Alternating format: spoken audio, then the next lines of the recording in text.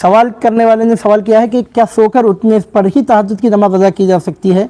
تو بات دراصل یہ ہے کہ جو لفظ ہے تہجد کا مطلب ہی ہوتا ہے کوشش سے بیدار ہونا، یعنی جب سب لوگ سو رہے ہیں تو اب کوشش کر کے اٹھنا اور نماز ادا کرنا۔ یہ لفظ جو آ رہا ہے اس کے لیے وہ لفظ ہی بتا رہا ہے کہ سو کر اٹھ کے جو نماز پڑھی جائے وہ نماز تہجد ہے۔ اب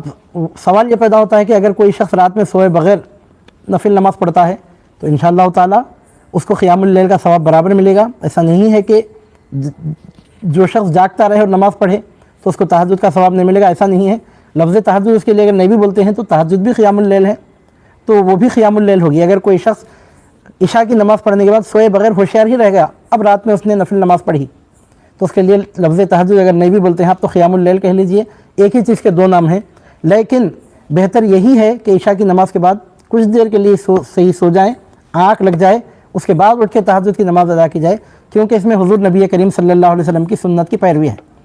ویسے تو اگر کوئی قیام اللیل پڑھتا ہے تو مطلق قیام اللیل ادا کرنا بھی سنت ہے، رات میں نفل نماز پڑھنا خود مطلقاً سنت ہے۔ اگر کوئی رات کو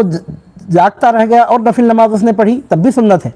سنت سے خارج تو نہیں ہے، اس کو قیام اللیل کہیں گے۔ لیکن سنت کی مکمل پیروی اس میں ہے کہ حضور نبی کریم صلی اللہ علیہ وسلم کا طریقہ مبارکہ یہ تھا کہ آپ عشاء کی فرض نماز پڑھنے کے بعد سنت سے فارغ ہونے کے بعد سو جاتے، پھر اٹھے آپ تہجد کی نماز پڑھتے۔ تو سنت کی پوری برکت اور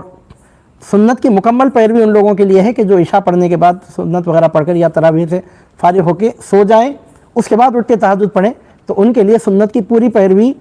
ان کے لیے ثابت ہے اور یہ زیادہ بہتر ہے۔ اب اگر کوئی شخص جاگتا ہی رہ گیا اور اس نے ایسے ہی نماز پڑھ لی تو اس کے لیے تہجد کا لفظ نہیں بولیں گے، قیام اللیل کہیں گے، لیکن